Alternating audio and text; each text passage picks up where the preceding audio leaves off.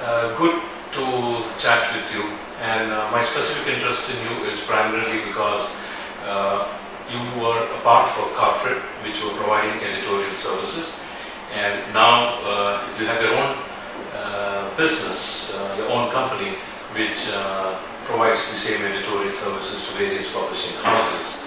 So from a corporate to freelancer is what Vivek Kumar is today, right? Yeah, perfectly correct. Coming to your decision to become a freelancer, tell me a little about it. I had been in the industry for around 15 years. Okay. And I was like, at the end of it, for the last 1 year, I was getting restless. Okay. You can even say I was getting less rest. Okay, well said.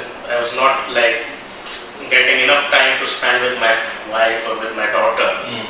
And I had to spend 6 hours commuting, which I would say was a criminal waste of time. And one day I decided like I have had enough, and I like.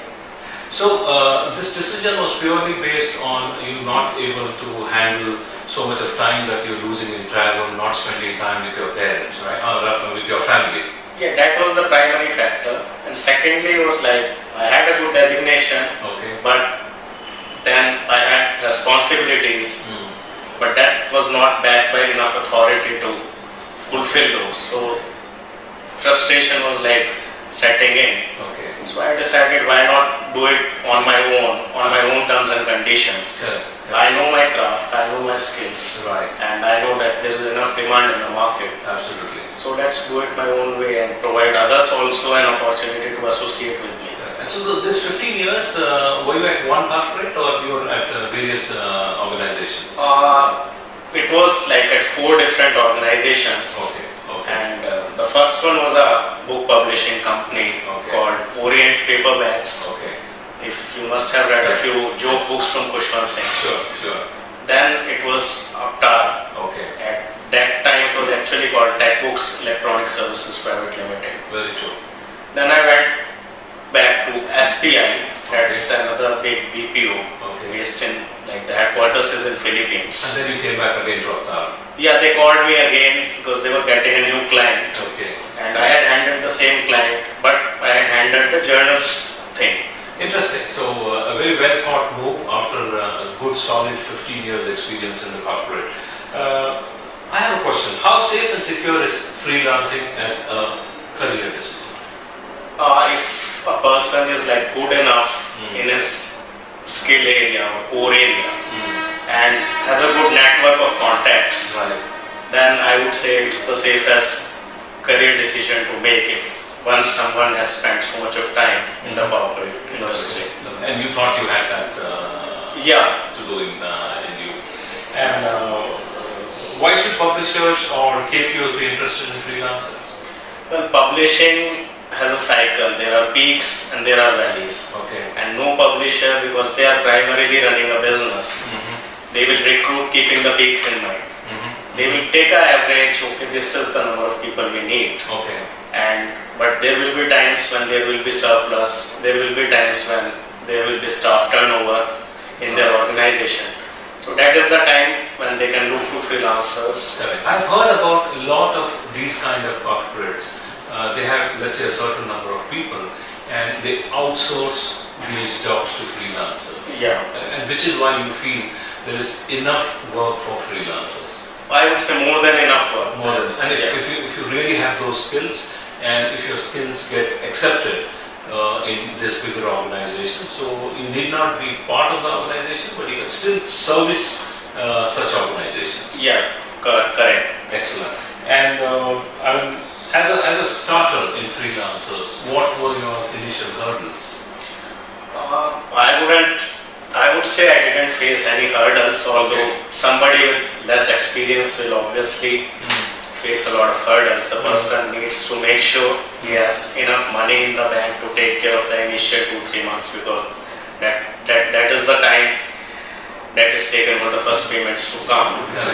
And they have to be careful about what rates they quote, and they have to take care to ensure that there's enough work coming in, like they're not idle. So these are the hurdles. So these are the few things that you need to take care when you're starting out as a freelancer. Anything else?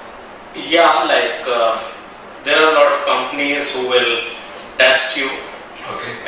But when you ask for the test result, they will say, okay, you have done fine, but the rates that they offer will be too low. So you will waste a lot of time doing free samples, which I will caution people against doing.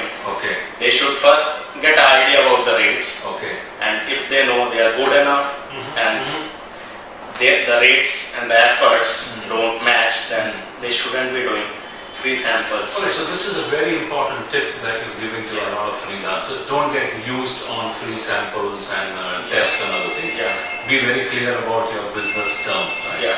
How big you think is the pool of freelancers in India? How India is like in terms of freelancers? I would say India is not really at a good footing when it comes to freelancers, because there is no professional organization that brings all the freelancers together, or gives them a launching pad or certifies them that this person is good enough to work as a freelancer. So people are working in isolation. Correct. Though there are of course a lot of these LinkedIn groups people form and a lot of people join these LinkedIn groups, but you were saying that there is just like there's a labor union or there is XYZ union, there is no such association of freelancers in India. Is that what you're trying to Yeah, that's what I'm trying to say. If there was an association, then both the publishers and the freelancers will benefit out of it. Because the freelancer can apply to the organization, get certified, and the publisher can then approach that organization and they can get certified freelancers. They don't have to conduct tests of their own. So they are getting somebody ready-made who is ready to start work from day one. And you think such associations do exist in the Western countries? Yeah, they have more than enough. Okay. There is an organization by the name of Editorial Freelancers Association in USA. Okay. And there is Society of Editors and Proofreaders in UK. Okay. And Canada has its own association, Australia has its own, Europe has its own, but it's in India where freelancing is yet to get a formal organization. Although I have tried my part by getting in touch with these organizations, whether we can start a chapter here. Right. And they are okay with that, but I need more people to support the idea. Also, I believe most of the freelancers in India, they really don't start full-fledged. They do small jobs. They're very secretive. They don't reveal a lot of information about themselves. That could be one reason where freelancers do not interact freely, and that is the reason such associations don't get formed. Right? Coming to skills, how do you compare skills of, let's say, freelancers within this part of the world and, let's say, the Western countries? There are areas in which Indians have an edge, and there are areas in which the Western freelancers have an edge.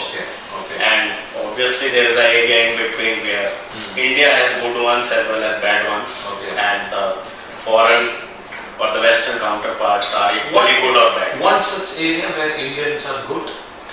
It's styling and markup, like the technical or the mechanical things, or something that can be automated. Right. So consistency is something where consistency or formatting, these are two areas where Indians really excel. And the Western counterparts don't really pay that much of attention. They feel that it's not the real copy editing. But I define copy editing as a two-step process. One is where you clean up the document, make it consistent as per a particular style, format it, and then you pay attention to the content, do the language editing. Right. You mentioned about a couple of things where the Indians are good. Anything in particular where the Westerns are good? Because most of the content is coming from the West. So maybe when it comes to context or when it comes to American usage, those are things like where they will not go wrong because they are used to the terminology. But Indians might go wrong if they don't have good reading habit. So that's one difference. Most important thing which a freelancer always worries is getting good rates. Yeah. Correct? Can you tell us how does a freelancer command some good rate, or how does he decide what rates he or she gets is a good rate? He has to see like what's the effort level that is going into the work, and the compensation has to match accordingly. And if the person is spending enough time on LinkedIn, if he's aware of like what are the rates in the international market, and if he's good enough, he can ask for those rates. But then his work must be delivered on time and with that international quality. Excellent. And this is where you're saying the association can play some kind of guidelines or those kind of things. Yeah, they can have some standard rates. So this negotiation thing goes into the back. Correct. And the freelancer doesn't feel that he or she has been really squeezed for rates. Yeah. Excellent.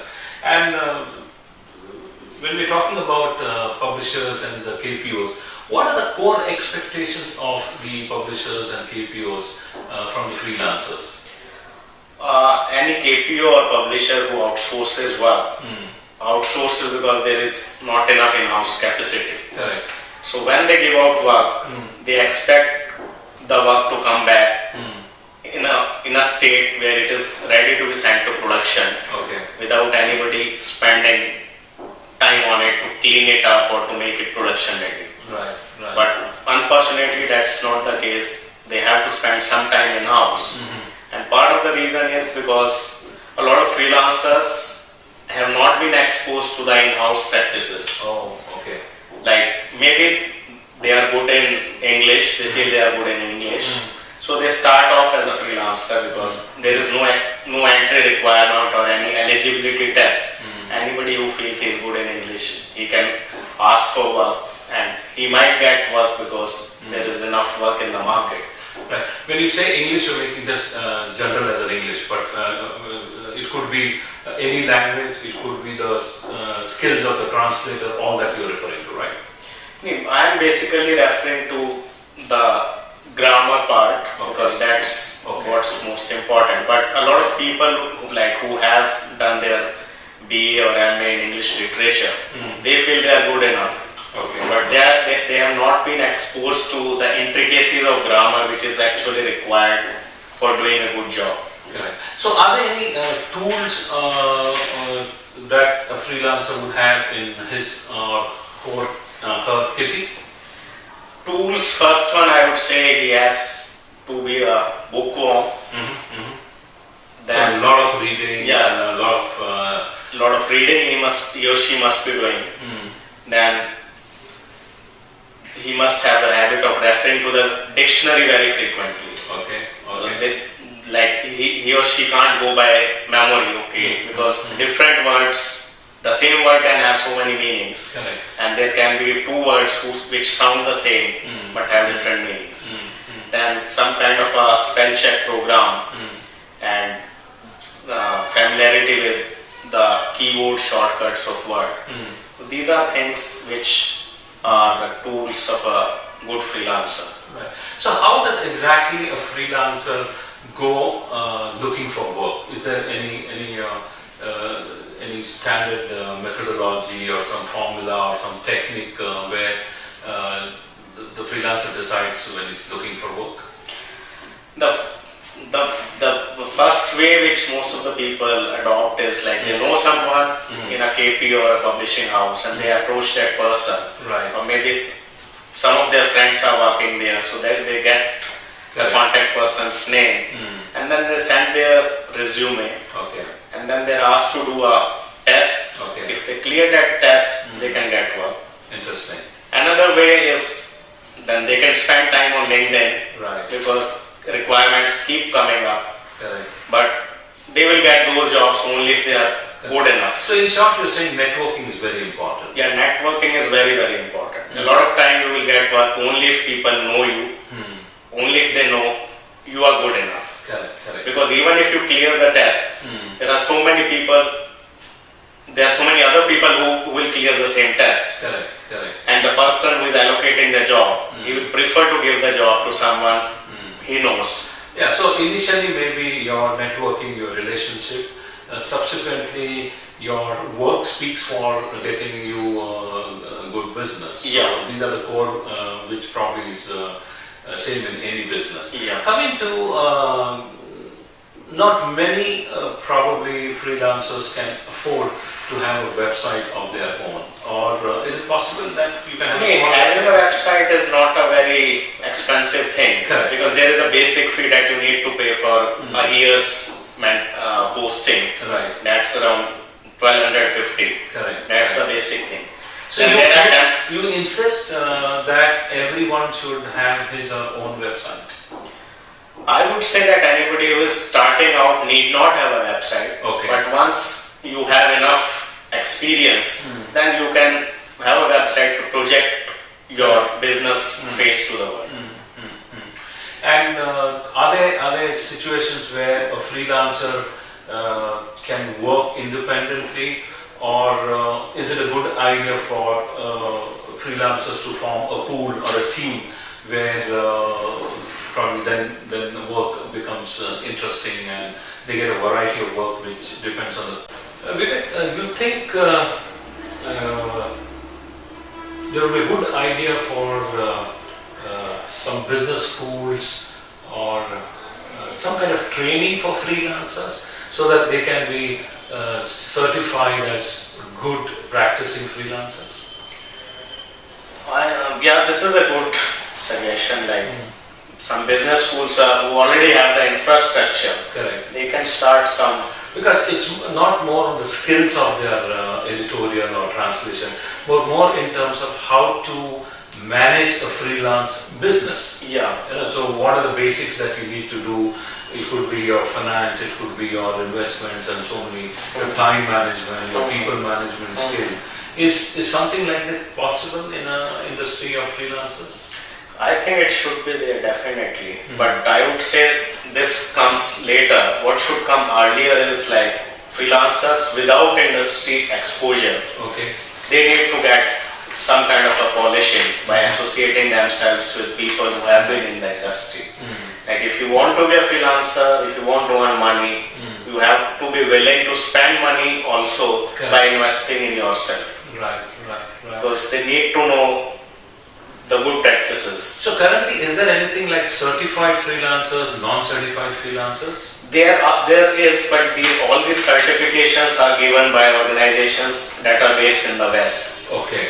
Like you have an exam which is called, if you clear that, you become an editor of life sciences. Okay. Like ELS gets attached to your name. Okay. It's like a doctor has an MBBS. Nothing of this in India? Nothing in India, but like Indians can also appear for that exam because there is a company in Mumbai which is actually taking care of conducting this exam.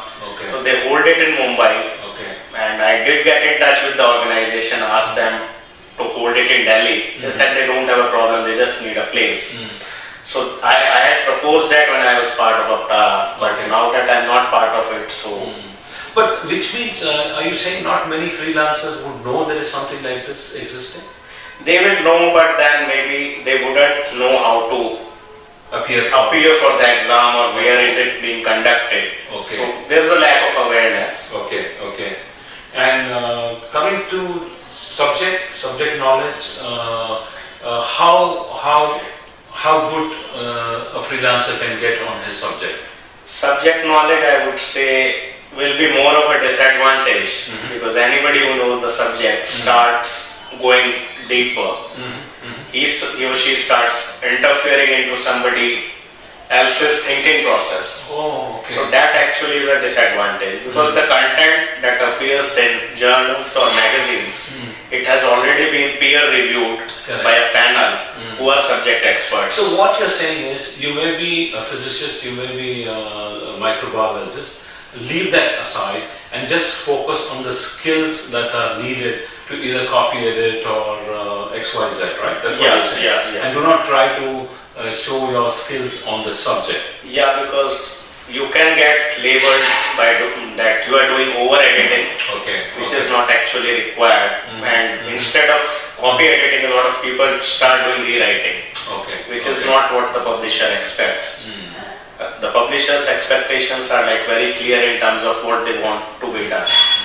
Coming to all this various groups, professional groups that exist today, which you can see it on the LinkedIn, how good or how disadvantageous it can be to be part of such professional groups? I would say, like, in terms of disadvantages, I don't see any disadvantage. There are only advantages, because you have a query, and because you are a freelancer, you can't ask someone sitting next to you. So you can post your question there, and then people from all around the world, they will get back to you with their answers. So you will get different opinions, and then you can take your own decision. Coming to industry practices, how does a freelancer get exposed to the industry practices? Like on my part, like as part of cleanexpresscopy.com, we have a training program called Professional Touch. So I purposely labeled it Professional Touch, because that is something that I was seeing missing. Let me interrupt you here, Vivek. What is exactly industry practices? Industry practices is like you need to know the publisher's expectations. What you have to do, because so do they have a guideline? Do they give you a guideline when you do some freelancing work for them? Yeah, they do give, but like it might not be as detailed. So they will give you some document, but you don't really know how to use that document, or what supporting documents you need to ask for. So if you don't know where you are going, how are you going to reach there? So if you associate with some professionals, they will tell you, okay, this is the job you have to do, and these are the inputs that you need to have to bring the required output. Amazing. We all the time talk about the expectations of publishers and KPO from freelancers, but I'm sure there are freelancers' expectations from publishers and KPOs. And we want to give those one or two or three most expectations of a freelancer. Well, I would say it would be better if they had a uniform rates for freelancers, because otherwise... Let's start from the freelancer's point. So a freelancer, expectation one, the uniform rates. Yeah, uniform rates. Two, so that no time gets lost in negotiations. Correct. Second is there should be an agreement, has to be in place. A lot of times it's missing, and payments need to be like more regular. A lot of companies issue checks, then it might be that it's from a different bank or a different city, so you lose time. So maybe if they made direct bank transfer possible, so that helps. So in general, as the KPOs and the publishers expect the freelancers to be professional, in a similar way, freelancers also expect that the organization have to be professional, whether it's money, rate, responsiveness, and so many other things. Right? Right. And you think freelancers should be bold enough to take up such matters with the KPO or a publisher, irrespective of how big is this KPO or a publisher? Yeah, they definitely need to take care of these things or talk about these things if they want to avoid getting used. Like they have done some work but they don't get the payment, or they get paid less than what somebody else working for the same company is getting paid. See, there are basic, I understand most of the KPOs or publishers would engage freelancers into copy editing, maybe a little bit into content writing, right? What are the most other popular freelancing services that the KPOs and the publishers would look for? When I talk of the editorial services, then indexing is one option, which has good scope, which has a lot of demand, and it's something that you can learn very fast, and you don't have to invest too much of time. Then editorial proofreading is another option, because this is an activity that a lot of publishers ask that it should be done. So these are two areas about which people are not aware, but they can explore these areas. What about translations, or are they good areas, or there's not much work happening on translation? Translation, I would say there will be scope in publishing companies, but not so much in KPOs. Couple of pointers where you can say if you have 1, 2, 3, 4, you are a good freelancer. How would you define a good freelancer? A good freelancer needs to have testimonials from his clients, because they won't, and no one will give a testimonial unless you have provided exceptional work. Then a good freelancer will have a website, because people can visit the website beforehand before they get in touch with the freelancer. A good freelancer will also spend some part of the day on professional networking sites like LinkedIn, and they can become members of editorial groups, because that way they are going to exchange a lot of information with people, and people will know them, it will bring up their visibility, and they will also get work that way. So these are a couple of kind of points which a freelancer has to keep in mind, and you can always find a good freelancer basis on these qualities you're saying. Is there anything called part-time freelancers and full-time freelancers?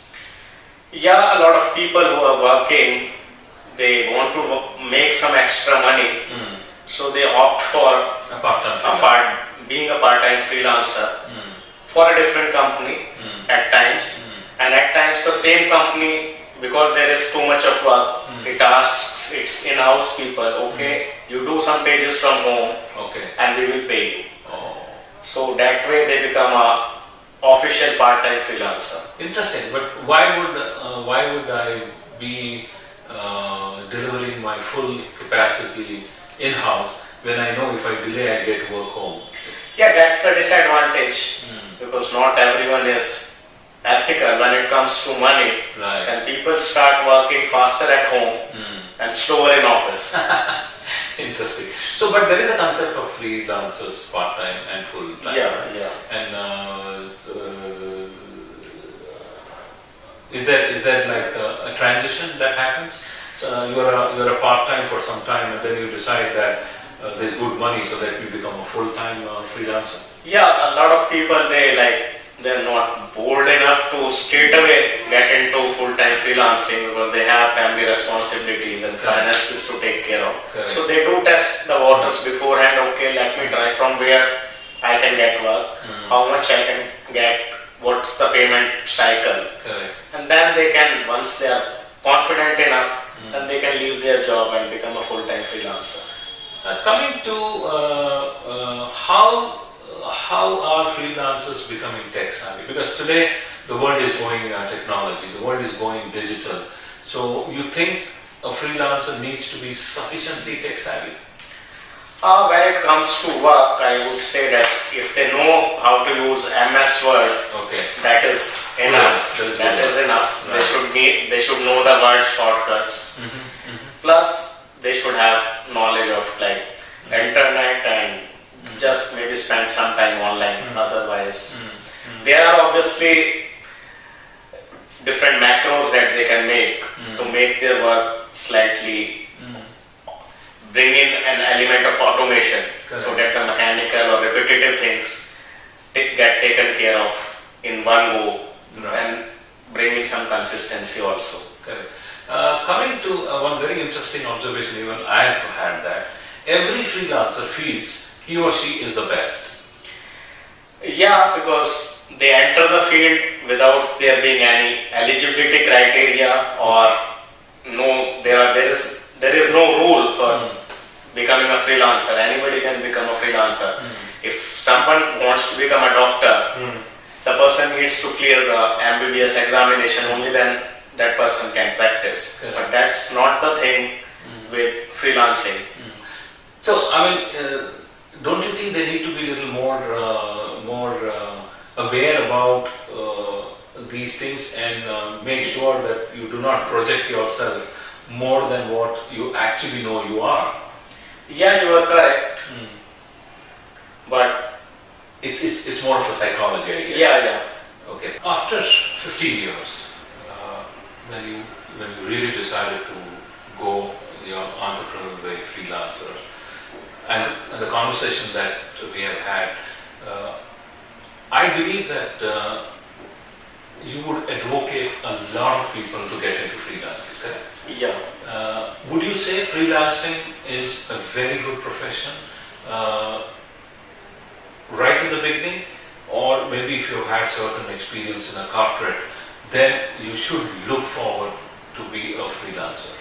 I would say that a person needs to spend at least 5 years in the industry before starting on his own. Yeah. Right. A minimum of 5 years has to be there to learn the tricks of the trade. And so using 5 years is one where you work and then you become a freelancer, right?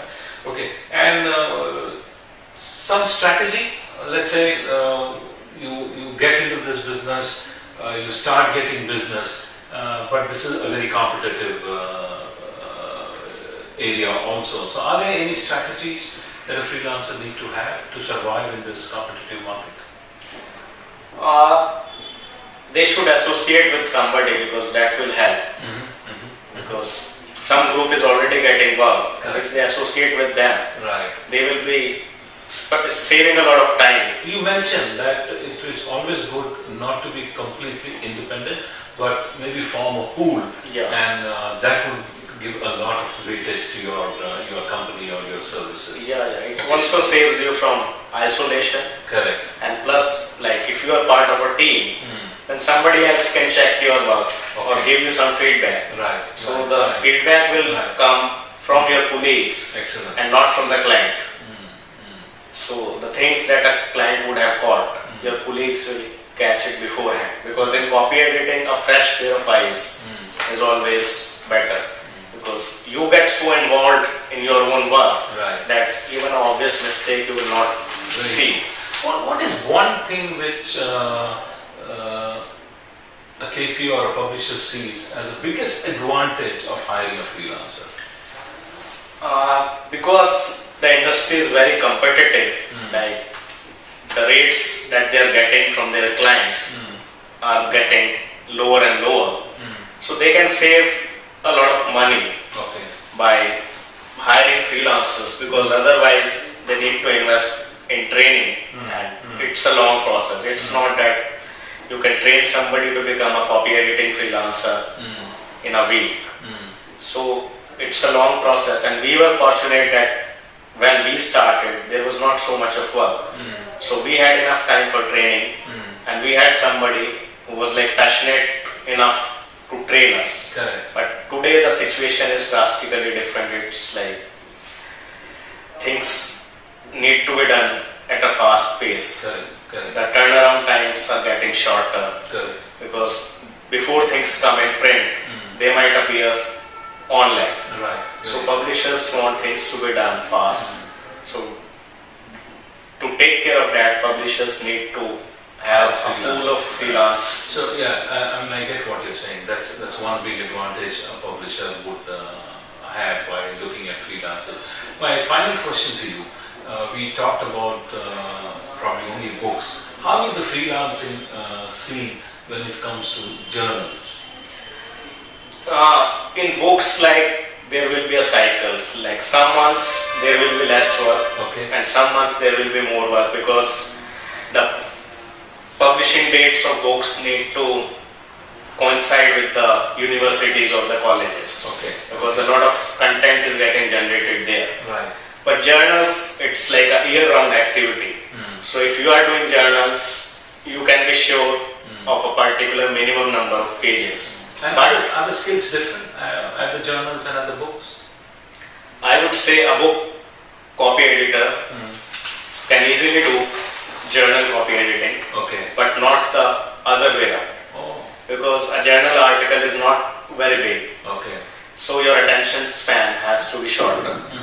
But a book can run into thousands of pages. Like, it can be even 10,000 pages. Any guess as to, let's say, if there are 5,000 freelancers in this country, how many would be focusing only on journals?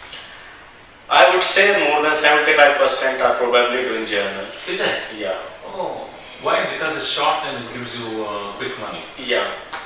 And the skill sets required for book copy editing, it's like you need more experience. So maybe KPOs do it in-house.